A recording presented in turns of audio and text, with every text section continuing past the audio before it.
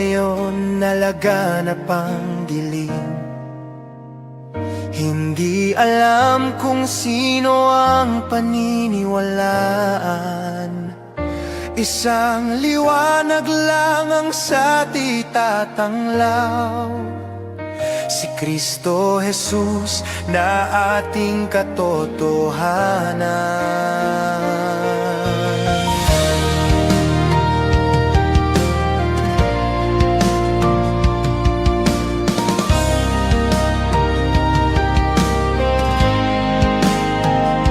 Ang ebanghelyo ang sa ating ipinagkatiwala, upang isa puso tungo sa pagbabalik loob.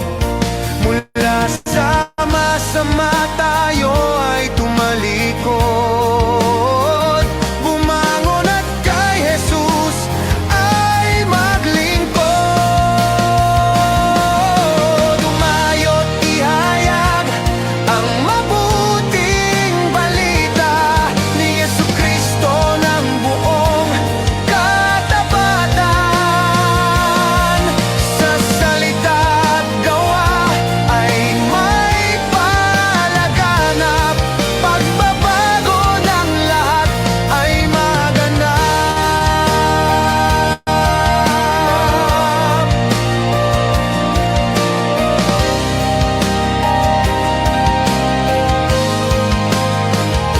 Mga naghahayag at nagsasabuhay ng mabuting balita ng kaligtasan, ang pangunahing kailangan ngayon ng mundo, pananampalataya na tapat at totoo. Humayo't ihayag ang mabuting balita ni Jesucristo ng buong katapatan. Sa salita at gawa ay may palaganap, pagbabago ng lahat ay maganap.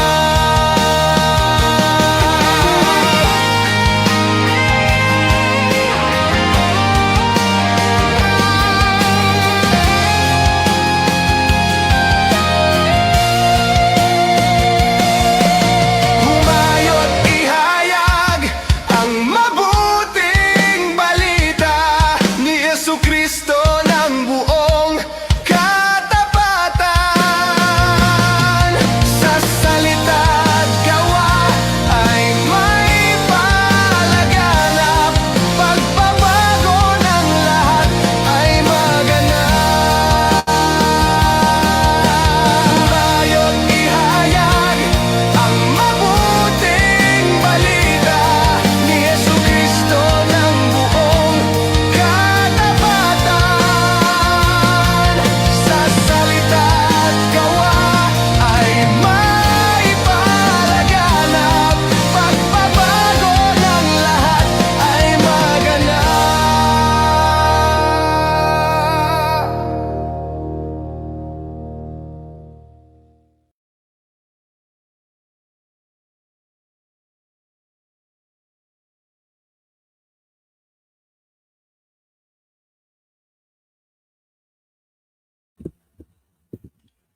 Magandang gabi po sa inyong lahat. Ito po ang OBS o Online Bible Study.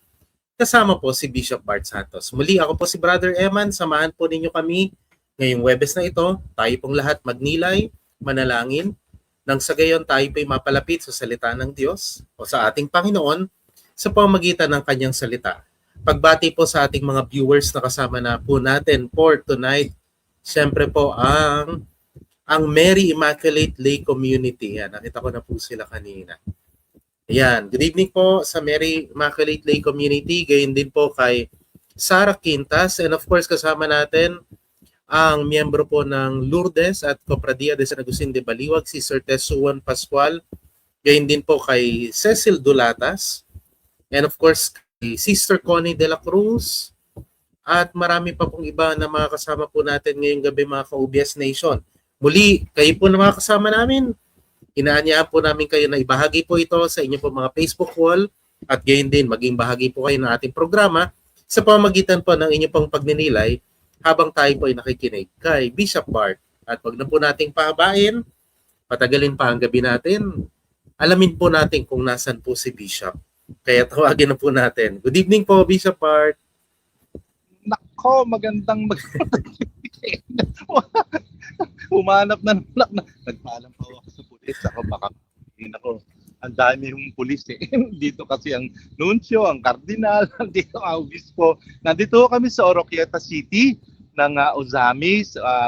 Huling gabi po namin with the mass po, with the people, and with the parish po, Our Lady of the Holy Rosary. Tapos may dinner po, gymnasium po ito.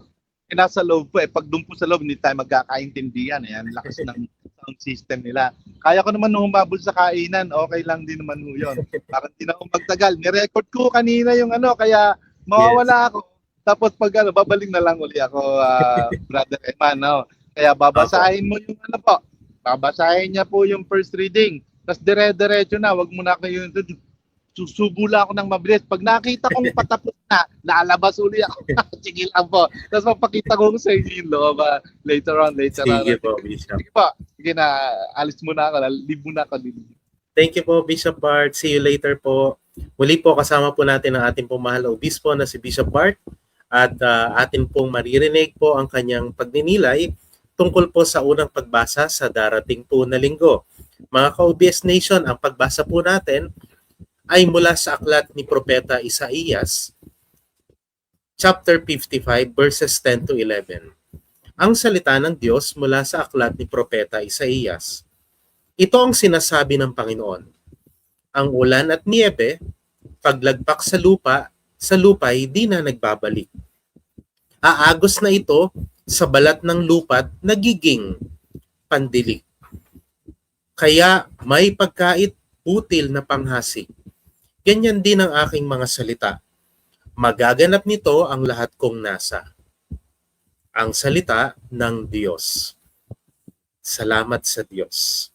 Muli mga ka-OBS Nation, bilang isang sambayanan, pakinggan po natin ang pagninilay ng ating pong mahal na obispo, Bishop Bart Santos.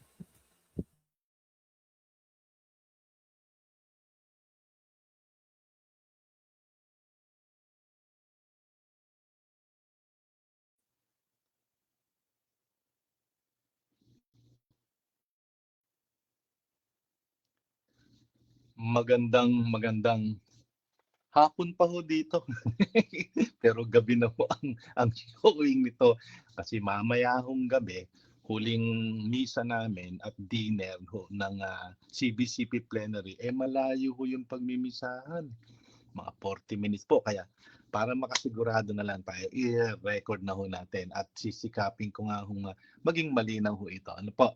So, ang darating pong linggo ay ang ika-15 linggo ng karaniwang panahon. Babasahin po natin ngayon ang unang pagbasa. Pagbasa mula sa aklat ni Propeta Isaías. Ito ang sinasabi ng Panginoon. Ang ulan at niebe, paglagpak sa lupa'y di na nagbabalik. Aagos na ito sa balat ng lupa't nagiging pandilig. Kaya may pagkait butil na panghasik. Ganyan din ang aking mga salita. Magaganap nito ang lahat kong nasa. Ang salita ng Diyos. Salamat sa Diyos. Ayan, ibabalik ko po kayo dun sa unang slide kasi kailangan mahalaga pong malaman natin na ito hong 2 bersikulo ho ng ating unang pagbasa sa darating na linggo ay napakamalarawan po, lalo na ho sa ating mga Pilipino. Ano po, sa mga alam kung ano ang sakahan, alam kung ano ang taniman, alam kung gaano karaming ulan ang bumabagsak sa ating pong bansa o sa ating bayan. Ano po.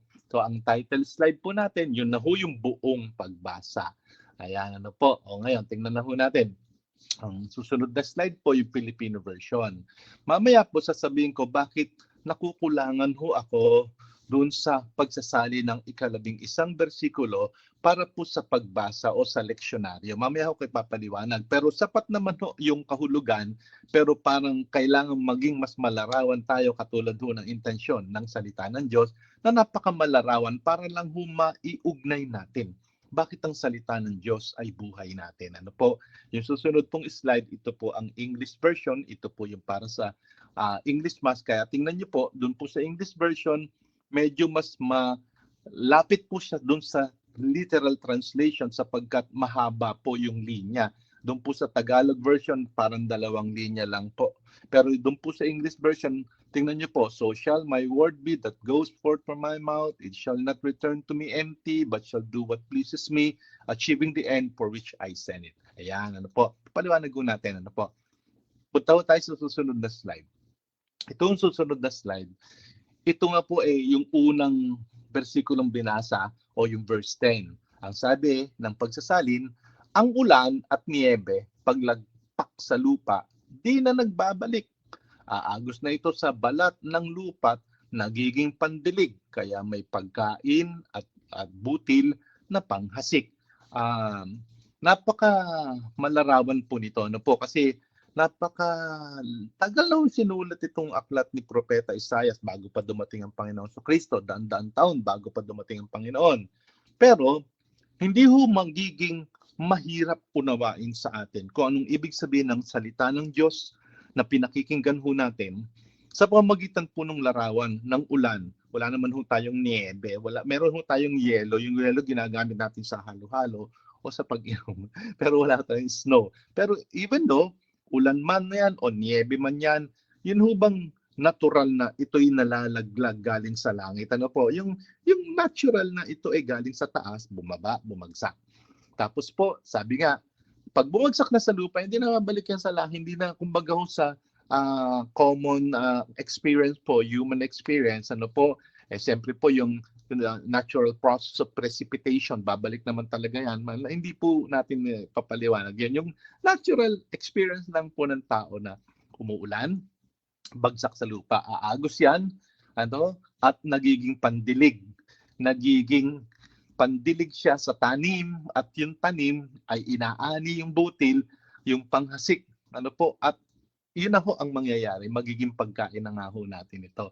So, yung nung ginawang paghahambing ay talagang likas na larawan ng karanasan ng tao. Talagang likas na larawan ng karanasan ng tao sa pagtatanim.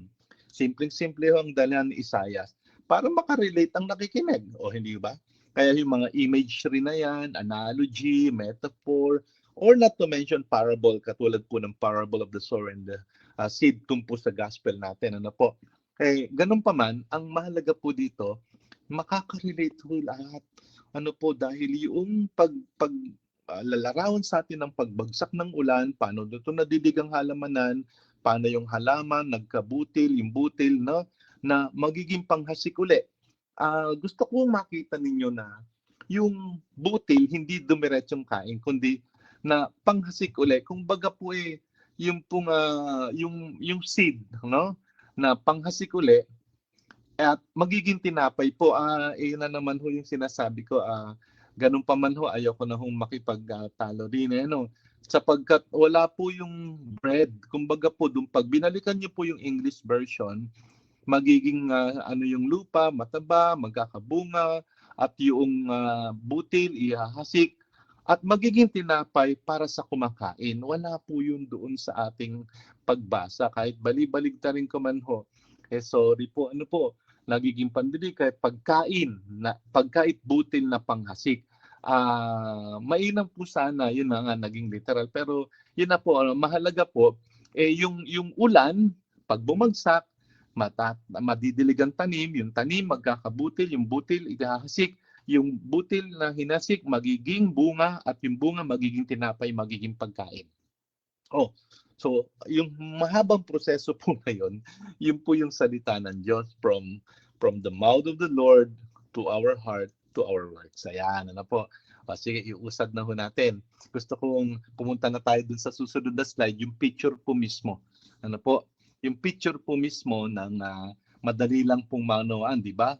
Yung lupa, pag naulanan, nataniman, may aanihin ka rin pagkaraan. Ganun lang naman ho yan. Yung lupa, pag naulanan, nagkatubig, naihanda yung lupa, nataniman, yung tanim, umani, yung umani, naging pagkain. Ganun na lang ho, para ho hindi yung masyadong komplikado. Sapagkat kahit ho si Propeta Isaias, hindi naman niya ho gusto yung komplikadong di maintindihan ng mga tao.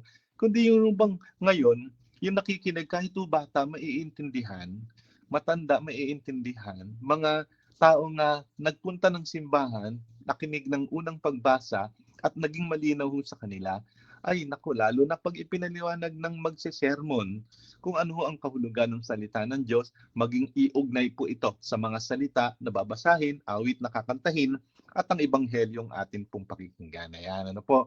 So simple lang po, lupang tigang, naulanan, naging mataba, naging handa para taniman, yung tinanim, aanihin pagkaraan. Ganun lang ho yan. Ano po? Kaya yung ulan, tingnan nyo po, nagsimula lang sa ulan. Kaya napakahalaga ng ulan. Huwag ho natin kamuhian ng ulan. Kaya lang ho, kung minsan ng ulan ay sumusobra na yan sa atin, hindi naman ho kasalanan ng ulan na marami siya. Kasalanan din ho minsan natin kung bakit ang ulan hindi napakikinabangan. Ano po? Sayang. Ano po? Ngayon, magiging medyo akademiko ako ng konti. Pasensya na kayo kasi kailangan ho nating maunawaan bakit ang pinakamahalagang salita dito po sa pagbasa ng dalawang bersikulong ito ay ang salitang babalik, di na babalik, return. Ano po, or sa wikang Hebreo, shub. Ano po, yung next slide po ay papakita po sa inyo yung po nga salita. No? Return is the key word. Ano po sa verse 10, makita nyo po, ano po, yung salita pong may encircle, ano po yung shub po sin saka pube bagaho shub ho ang tangan. Makita naman niyo yung transliteration na yung sa taas, ano po yasub. Yan ho ay nasa verse 10. Ibig sabihin, sinabi nga katulad na yung ulan pagbagsak o niebe, hindi na babalik. Sapagkat kailangan siya ng lupa para maging mataba yung lupa, mataniman yung lupa, anihin yung tinanim, ihasikuli yung butil, yung naani na ngayon ay magiging pagkain ng tao. Sa susunod na slide po, yung verse 11, ganun din ho. Yung verse 11, nandun uli po yung return. Ano po? Babalik na ito kay Lord. Yung una po, hindi babalik sa pinagbagsakan ng langit na yung kumbaga yung rain hindi naman goes up again. Ano po? Kumbaga pagbalik, larawan na ho ito ng pagbalik. Ano? Kaya yung pangalawang gamit po ng salitang return, kay Lord na ho papunta. Hindi na ho papunta doon uli sa langit para maging ulan uli. Hindi mo ibabalik yung aynani mo para maging ulan. Kumbaga po, yung salita na pinakinggan, hindi mo ibabalik, salita rin. No. Pag ibinalik mo kay Lord yan, ginamit yung salitang delight and prosper. Yung salita na yan, ano po, yung po dalawang salita na yan na wala nga ho doon talaga naman doon sa pagkasali nun sa Tagalog, ano? Ngayong salita delight, yung nakakagana, nakakatuwa, ano po? At prosper, na ito po ay magkakaroon ng kaganapan, ano? Bagamat ginamit po yung salitang magaganap, pero mas mahalaga po in the context of wisdom literature po, yung salita pong delight and prosper na nasa Psalm 1 po. Ano ba nangyayari pag yung salita ng Diyos pinagbulay-bulay mo, nag-meditate ka, inaral mo, isinabuhay mo, it becomes delight. I mean, it becomes like with good energy po, no, nakakaganang gumawa. Ano po, nakaka-energize, kumbaga po. At lahat ng gagawin mo uunlad. Tulad ng punong itinabi sa tabi ng batisan, laging luntian at namumunga sa tamang panahon. Ayan, ano po. So napakahalaga po nung salitang return so that yung una, yung ulan, hindi na babalik. Pero ano ang babalik? Hindi po yung ulan. Yung pong pasasalamat kay Lord. Yung pong pasasalamat sa yung tinanggap sa Kanya, yung pong mabubuti mong gawa. The Word of God, when you receive like a rain falling down, now you are the land, you are the soil, that you receive the Word, tinanim sa iyo, nagbunga ito ng kabutihang gawa, at ibabalik mo yun sa Panginoon bilang pasasalamat. Ayan, sana po naintindihan nyo. Ngayon, doon po sa susunod na slide, diyan ko po sinabi yung translation ng verse 11. Ano po? na mahalagang mahalaga. Kasi po yung verse 11 sa leksyonaryo, ganyan din ang aking mga salita. Magaganap nito ang lahat kong nasa. Yun hong magaganap nito ang lahat kong nasa, tama din naman ho't malapit talaga. Parang ito na ho yung kahulugan noong salita. Pero basahin ho natin yung mas mahaba-habang literal na translation, yan pong nandyan din sa baba. Ano po? Gayun din naman, ang mga salita na lumalabas sa aking bibig, hindi babalik ang mga ito sa akin ng walang katuturan. Tutuparin nito ang aking mga balak at gagawin nito ang aking ninanais. Ibig sabihin po, yung babalik sa Panginoon, kailangan bumalik ho sa Panginoon. Hindi na ito babalik, kundi babalik ito sa Kanya nang may kahulugan na meron na hong meaning, na meron na hong kumbaga ho naisabuhay na. So tandaan niyo po ito that the meaning of the word you receive from the Lord will really be fulfilled in the meaning of work, of doing, of acting. Hindi ho yung sinabi ko, ano ba ibig sabihin ng nagtanim? Tanim is you prepare the soil and till the soil and then you plant the seed. Yung meaning ng tanim, dito ho hindi. What is the meaning of the word? Yung meaning ng word ay pagsunod sa kalooban ng Diyos at paggawa isa buhay ito. Yun ho yung meaning. So the meaning of the word didn't begin and end with the meaning of the word. Kunyari, ano bang ibig sabihin ng nagsasalita? Speaking. That's it. Hindi. Dapat yung speaking mo gives delight to the heart of the other person. Gives inspiration, gives life. Diba? Halimbawa, ano bang halaga ng salita kung ang salita ay puro masama? Sige. Pag nagsalita ka, ang bait-bait naman ng tao niya. Bakit? Napaka-soft-spoken niya. That's it lang. Soft-spoken, mabait na agad. Pwede. Pero yung soft-spoken, pag soft-spoken at gumagawa ng mabuti, nagsasabi ng mabuti, at pinapakita ang mabuting halimbawa, mabait talaga. Yung salita niya, nagkatugma sa gawa niya. Kahit ba, minsan ho, pasensya na ha, soft-spoken pero ang sinasabi mura. Di ba din yun? Okay naman, loudspeaker. Ay, nako, ang lakas ng boses nito Pag malakas naman ang boses, hindi ibig sabihin, bad agad. Hindi Hindi ko malakas ang salita. Bad agad, hindi. Tingnan mo kung anong kahulugan ng ginagawa niya. Pag nagtugma yung sinasabi niya at yung ginagawa niya, yun ang kahulugan ng aksyon. So, ibig sabihin, dito po sa Word of God, yung action mo completes the meaning of the word. Yung ginagawa mo, yung integridad mo. Kaya kung ano yung sinasabi mo mabuti, ay dapat ho iyan ay maipahayag ng gawa. Para ho yung kahulugan nung salita ay maging ganap. Ganyan ho ang salita ng Diyos. Not because we diminish the meaning of the word of God by not doing it. Talo ho tayo dyan. Pinakinggan mo, tapos hindi mo isinabuhay. Ikaw ang talo, hindi si Lord. Hindi ba, no? Ngayon, tingnan natin susunod na slide. Iyan ho yung picture ng Panginoong Jesucristo ng parable of the sower and the seed. Ano po? Siyempre po, yung gospel po this coming Sunday, mapapakinggan nyo naman at napakamalarawan naman ho yun. Ipapaubaya ko na ho yun doon sa pari. Ano? Dahil malapit na rin muna ho akong huminto na dahil aalis na ho kami at babalik na ho kami sa session ho namin. Ano po? Ganun pa man, ang huling slide po natin ay ang ating tugon. Ayan. Una po, tandaan ang mga larawan ng kalikasan, may kaugnayan at paghahambing sa salita ng Diyos. Kaya lahat po ng nangyayari sa kalikasan can really be, connected, no po? Incorporated. And all, alam nyo, ang ganda-ganda ho dito sa Osamis. Ano po, first time ko dito, pero nature-wise, ang gala dito. Ano po, punta kami sa mga rainforest nila, sa lake, sa dagat. Maganda po.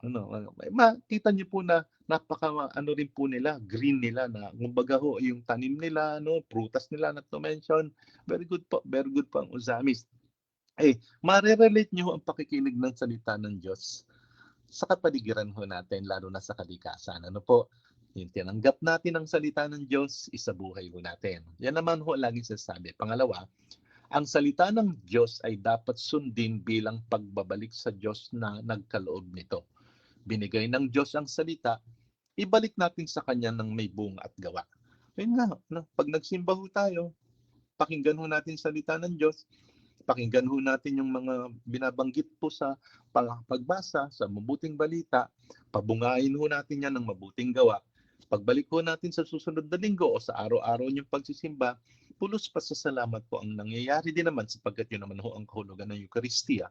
Kaya po yung pagsisimba ho natin is parang pagsahod ho natin ng ulan na maiinom ho natin, magagamit natin para maging mataba po ang salita ng Diyos sa atin o maging masagana ho yung salita ng Diyos sa atin, delightful, and it is a prospering, prospering yung ating pong tinanggap na salita, kaya nagkakaroon ng bunga at gawa. Pangatlo, di sa lahat, itanim sa puso ang mabuting balita at magbubunga ito ng mabuting gawa sa simbahan at sa pamayanang kinabibilangan. Mission natin ito sa evangelisasyon. Alam niyo po, napaka-powerful po ng salitang mission, lalo na po sa mga talks na narinig po namin doon sa tatlong kardinal, si Cardinal Radcliffe, si Cardinal Chito, si Cardinal Ambo, yung mga speakers po namin ng retreat. All really speaking about the synodal mission. Nagmi-mission nga po talaga ba ang simbahan? Nagmi-mission nga ho ba talaga tayo? Tanungin ho natin sarili natin. Talaga ba nagmi-mission tayo? Ibig sabihin mula sa obispo hanggang sa pinakamaliit na mamamayang Katoliko at Pilipino, nagmi-mission ho ba? Doing good nga ho ba tayo? Evangelizing nga ho ba tayo? Yung habang salita ng Diyos, para lang ba sa mga kapwa Katoliko? Hindi po dapat, di ba? Ang ating pong mission ay para sa lahat, hindi lang po kapwa Pilipino, kundi lahat po ng mamamayang nakakasalamuha natin. Kaya po yung salita ng Diyos na nanatili sa atin, tinanim sa atin, pag ibinalik natin sa Diyos, ito ho ay may dalang mga mabubuting gawa na atin pong ipinahayag, ipinakita, at ginampanan bilang misyon sa ating pamayanan. Kaya nako, pasensya na babawi na lang po uli ng ating regular, kung may tanong at sagot man kayo, bahala na si Eman. Mamaya naman mamaya kung ano man pang oras ng live ni Reno, gawin ko ang paraan para makasingit kahit sandali. Kung alas 8 kumakain kami, lalabas ako ng sandali para lang makipag-hi. Pagkaraan para naman may participation, para lang makasigurado ako na maipe-play po ito. Kasi nung isang linggo, hindi pala kaya. Nasa taas kami ng bundok, mahina. Hindi kaya yung StreamYard. Pero ito, Brother Eman, mga taga-OBS, maraming salamat ho. Kung ako man makita nyo pagkaraan ni Re, salamat sa Diyos. Basta ang mahalaga, pabungahin po natin ang salita ng Diyos. Salamat po sa pakikinig. Bye! Ayan, thank you po Bishop Bart, at I think makakasama po natin siya tonight. Welcome po ulit natin on stage, Bishop Bart Santos. Good evening po, Bishop ulit. Di ba? Kaya? Kumakain na. Ngayon pa lang, ng mayor. Kaya ngayon pa lang po kumakain. Aabot pa ako doon, mahaba. Naku, maraming salamat po talaga. At kung meron namang magtatanong, pwede naman magtanong. Kung may magko-comment, sige lang. At para naman, kung hindi, ay babalik po ako doon. Makita nyo man lang ng sandali. Hindi naman ho nila alam na nakikita nyo. Pero okay lang, Brother Eman. Baka may tanong ka. Ikaw muna, mauna ka na kung meron kang comment doon sa... Bishop, paano daw po kung yung mission ay nagiging consummation na? Naku, alam mo ba yung salitang mission na yan? Napakahalaga namin sa CBCP kasi yun nga synodal. Ano ba talaga bang are we into mission? Kasi totoo bang nagmi-mission ng simbahan? Talagang sinuri at kinwestiyon po talaga namin sarili namin. Ilang araw kami nag-conversation in the spirit. Talagang really asking ourselves, are we really doing our mission? Kasi parang kwentuhan na lang ba yung synodality? Kwentuhan na lang ba yung doktrina ng simbahan? Kwentuhan na lang ba, pastoral statement, medyo na nga po mga bispo na ang dali naman talagang gumawa ng pastoral statement, ang dali naman talagang magsulat, ang dali naman maglabas ng mga sulat. Ang gusto ko na we are really doing our mission. Kaya kailangan isabuhay talaga, kailangan magkaroon talaga ng aksyon. So yun po yung mission. Is the Catholic Church in the Philippines really in mission? Kasi baka daw self-serving, ang mini-mission lang natin, kanya-kanya lang din naman tayong parokya. Ang pinagsisilbihan natin, mga taga-parokya lang ng Baliwag, o parokya lang ng Iba, parokya lang ng Ninyo. Dapat kahit hindi Katoliko pinagsisilbihan. Ngayon, yung mission hindi pwedeng maging konsumisyon. Yeah. Ibig sabihin, tinaliwasan mo na at tinalikuran mo na yung mission ng Ebanghelyo. Kasi pag nagalit ka, nasira ka, kung ano man ang pinigil mo na, ano na nangyari sa mission? Dapat ang mission, walang makapipigil eh. Kahit nga kamatayan, di ba? Kahit nga gulpihin, bugbugin, ibas ka, siraan ka ng kaliwat kanan. Tingnan niyo po ang mga apostol, ang mga alagad, ang Panginoong Jesucristo na to-mention. Kaya, tuloy ho tayo sa mission, whatever happen, talagang dapat pairalin po. Intay na lang po ninyo, lalabas naman po bukas uli. At sa mga darating pang linggo, ano sasabihin ng mga bishop about what is happening in our country at the moment. Siyempre po, alam nyo naman, napakaraming dapat i-address. Pero dahan-dahan po, pero it might really be, gagawin po yung pastoral letter tonight ng mga gagawa at bukas po i-approve namin. And I think there will be a heavy tone for mission. Sigurado po ako doon. Ayan, Kaya, iwasan nyo maging konsumisyon ng mission. Sayang naman yung biyaya na binibigyan ng Panginoon. Yung ating yung sinasabi nga sa misa, na matagal ko na yung sinasabi ito, yung ite, misa est. Tapos na ang misa, humayo kayo. Taglay ang kapayapaan. Yung humayo is mission. Kaya pag nagsimba ka, right after the mass, mission mo na yan till you go back to the next mass. Yun naman ho, you go back to the next Sunday. Kaya yung Sunday to Sunday mo is the mission day. Mission week. Kaya pag sinabing go in peace, hindi lang go yun. You are being sent for a mission. Kaya yung ite, misa, es. Talaga hong hindi yun natapos na ang misa. Kung totoo yung misa pala is misa sent.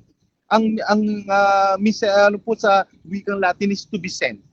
O ayan, yun na. Ay, teka. Baka may comment pa habang ibabalik ko kayo sa loob para makita nyo lang dali. Katulad nung alala ko last year Brother Eman, nasa yata kami noon, nasa St. Jude, pinakita ko rin yung gathering. Pero dito pwede naman, baka kung nag-iisip. Madidinig ko na yung music. Nakita mo naman. Apo. Ayan, ilang greetings lang po, Bishop, from Sister Kate Bantique. Ayan. Ayun, hello po. Mga bishop yan. Nako, pasensya na may tumutugtog, may bandurya po, may bandurya. Hindi ho tayo magkakaintindihan, malakas ang sound system.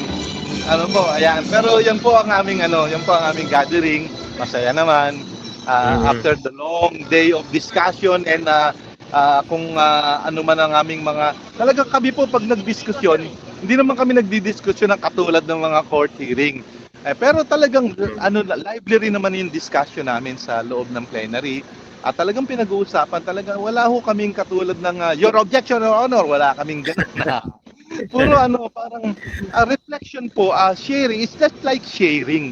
Parang ganun ang aming discussion. Pero alam mo, hindi ako nagsasalita po sa plenary kahit kailan. Kahit noon pa 8 years ago, hindi po talaga ako nagsasalita. Nakikinig lang po talaga ako sa mga obispo sapagkat napakagaganda po ng pakinggan Hindi na kailangan siguro ako magsalita sapagkat yung mapakinggan nyo lang po yung mga bishop sharing their thoughts, sharing their mind, commenting, not necessarily criticizing, but really parang scrutinizing ang tawag namin doon talaga.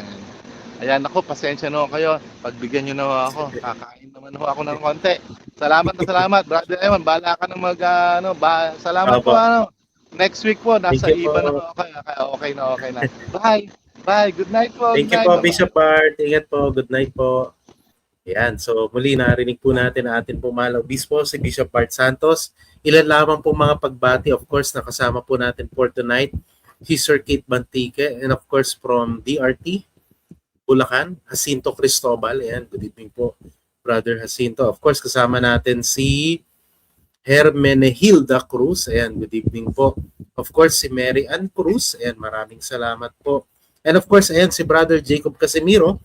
Binalikan po niya yung gospel last July 12, 2020 during, sabi niya, GCQ. Ayan, during the pandemic. And of course, kasama natin from Santo Niño Parish, Sister Josie Mago, Santo Niño from Maykawayan, and of course si Sister Carmelita Bernardo, Sister Teresita Santos from Diocesan Shrine Parish of St. Augustine. Yan, kasama din po natin kanina Si Bishop Bart, yung kanyang account po, nanonood po kanina during the recording. Nanonood po si Bishop Bart. Yan, ay pa-shoutout po kay Jacinto. Ayan, of course, Brother Jacinto, shoutout po. And sabi po ni si Sir Kit Mantique, sana ganyan din po sa Senado.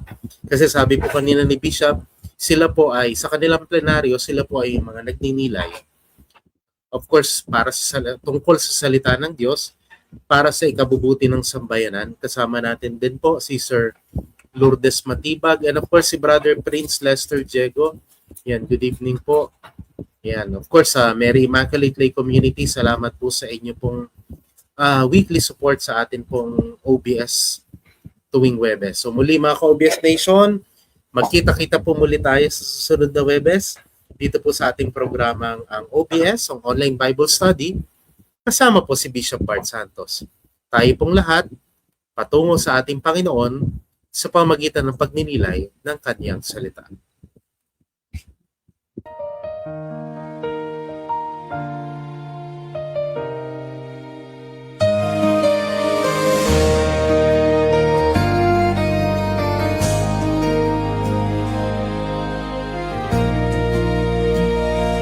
Sa mundo ngayon nalaganap ang dilim. Hindi alam kung sino ang paniniwalaan. Isang liwanag lang ang sa titatanglaw, si Kristo Jesus na ating katotohanan.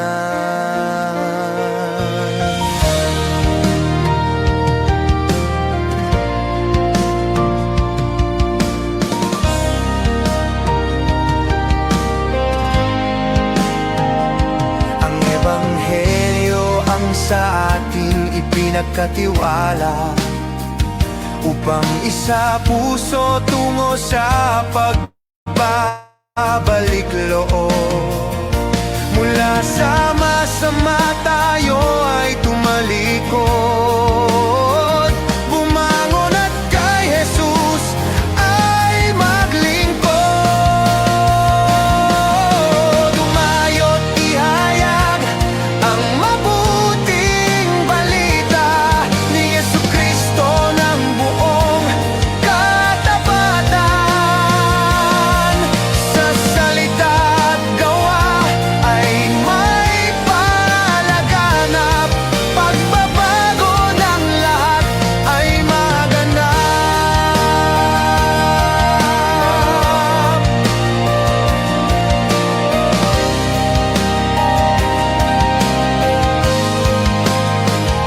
Mga naghahayag at nagsasabuhay ng mabuting balita ng kaligtasan. Ang pangunahing kailangan ngayon